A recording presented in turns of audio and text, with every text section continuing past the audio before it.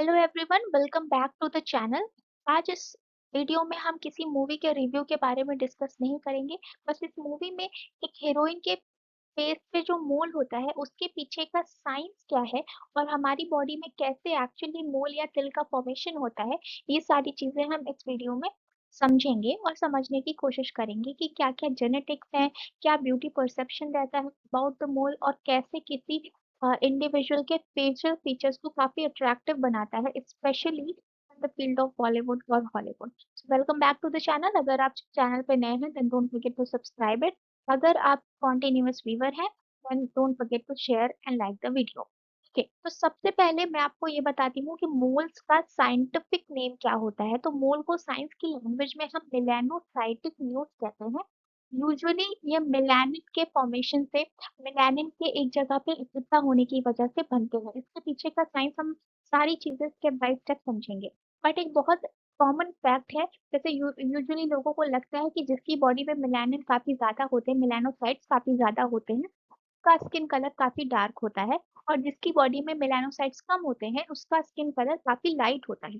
But ऐसा actually में नहीं होता है। होता क्या है, अगर हर इंडिविजुअल की बॉडी में ना same number of melanocytes present रहते हैं, बट कुछ इंडिविजुअल्स की बॉडी में ना वो मेलानोसाइट्स काफी एक्टिव रहते हैं, तो उसकी स्किन का कलर यूजुअली काफी डार्क हो जाता है। जिन इंडिविजुअल की बॉडी में मेलानोसाइट्स का एक्टिवेशन काफी कम रहता है तो उनकी स्किन काफी लाइट हो जाती है। तो स्किन कलर में जो वेरिएशंस आते हैं वो मेलानोसाइट्स के नंबर की वजह से ना आकर मेलानोसाइट्स के एक्टिव होने की कैपेसिटी के बेसिस पर होते हैं।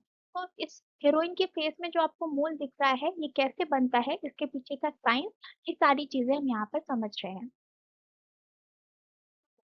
हमें दिखता है कि ये हमारा स्किन का सेल है, ठीक है, जहाँ पर आपको ये जो ब्लैक चीजें दिख रही हैं, छोटे छोटे डॉट्स दिख रहे हैं, ये यूजुअली मेलानोसाइट्स होते हैं। ओके, तो ये मेलानोसाइट्स ना हमारी बॉडी में इवनली डिस्ट्रीब्यूट होते हैं। बट कभी कभी मेलानोसाइट्स की फंक्शनिंग में थोड़ा प्रॉब्लम आ जाती है और ये सारे एक जगह पे कलेक्टिव हो जाते हैं, एक जगह पर इकट्ठा हो जाते हैं। तो जैसे ही ये इवनली डिस्ट्रीब्यूटेड मेलानोसाइट्स डिस्ट्रीब्यूट ना होकर एक जगह पर इकट्ठा हो जाते हैं तब मोल का फॉर्मेशन हो जाता है, यानी कि स्किन का कोई सर्टेन एरिया थोड़ा सा ज्यादा डार्क हो जाता है और उसे ही हम क्या बोल देते हैं, मोल्स बोल देते हैं, यानी पिल बोल देते हैं। अगर हम ब्यूटी साइंस की बात करें कि एक्चुअली मोल मोल आपकी बॉडी में कैसे बनते हैं और इसे यूजुअली अट्रैक्टिव क्यों कंसीडर किया जाता है, तो हमारी बॉलीवुड में काफी सारी एक्ट्रेसेस हैं जिनके फेस पे मोल है and which makes them very different and very attractive. तो यूजुअली क्या होता है कि मोल दो टाइप्स के होते हैं। अगर हम इस मार्फोलॉजी के अकॉर्डिंग समझे तो होता है symmetrical mole and asymmetrical mole. Symmetrical mole ऐसे मोल्स होते हैं जो कि बहुत सर्कुलर फॉर्म में प्रेजेंट रहते हैं, जैसा कि धुरंधर मूवी की एक्ट्रेस के फेस में है। बट कुछ मोल्स ऐसे होते हैं जो एसिमेट्रिकल होते हैं, थोड़े लंबे दिख सकते हैं, थोड़ा उनका शेप काफी डिसबैलेंस दिखाई देता है या अनबैलेंस दिखाई देता है, ऐसे मोल्स को एसिमेट्रिकल मोल्स कहते हैं।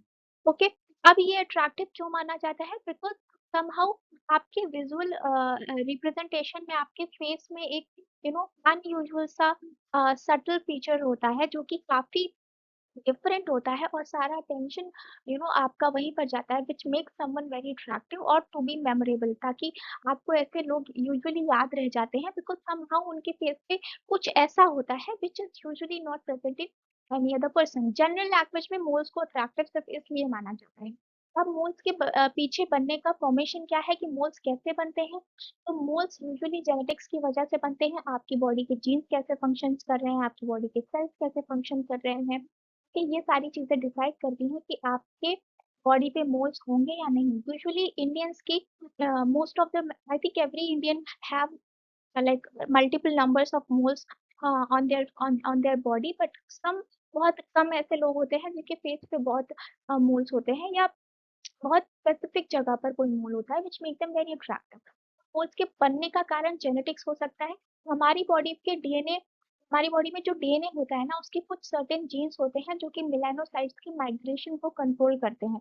अगर आपकी बॉडी में ऐसे जीन्स एक्टिव हैं जो कि मेलानोसाइट्स की माइग्रेशन को प्रमोट कर रहे हैं, तो आपकी स्किन का कलर इवन होगा, राइट। आपकी बॉडी में मोल्स काफी इवन बनेंगे क्योंकि जो मेलानोसाइट सेल्स हैं वो इवनली डिस्ट्रीब्यूटेड हैं।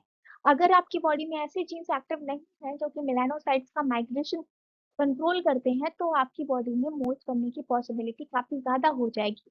क्योंकि तब मेलानोसाइट्स का एक जगह पे कलेक्ट होना बहुत पॉसिबल हो जाएगा, उसकी प्रोबेबिलिटी काफी हाई हो जाती है। और जब ऐसा होता है तो आपकी बॉडी में मोल्स का फॉर्मेशन होता है। ओके, अब मैं साइंस के पर्सपेक्टिव से आपको ये समझाती हूँ कि मोल्स कितने टाइप्स के होते हैं। तो मोल्स दो टाइप्स के होते हैं, पहला होता है कॉन्जेनाइटल मोल और दूसरा होता है एक्वायर्ड मोल। कॉन्जेनाइटल मोल ऐसे मोल्स होते हैं जो कि आपके बाई बर्थ प्रेजेंट रहते हैं, इन्वायरमेंट का या किसी अदर फैक्टर का कोई इफेक्ट नहीं होता है। जब किसी बच्चे का जन्म होता है तो वो बाई बर्थ उसकी बॉडी पे प्रेजेंट रहते हैं, ऐसे मोल्स को हम कॉन्जेनाइटल मोल कहते हैं। दूसरा जो मोल का टाइप है वो है एक्वायर्ड मोल। एक्वायर्ड मोल आपको साइंस आपको नाम से ही समझ में आ रहा होगा, ये साइंटिफिक टर्म है। मोस्ट जो बॉडी में आप लाइफ टाइम एक्वायर करते जाते हो, मल्टीपल फैक्टर्स उस बॉडी में आपके मोल का ग्रोथ कराते हैं। तो सबसे बड़ा फैक्टर है, अगर आपकी बॉडी काफी सन एक्सपोजर में रह रही है तो ऑब्वियसली आपकी बॉडी में मेलानिन का प्रोडक्शन काफी ज्यादा हो जाएगा, मेलानोसाइट सेल्स काफी ज्यादा बनेंगी।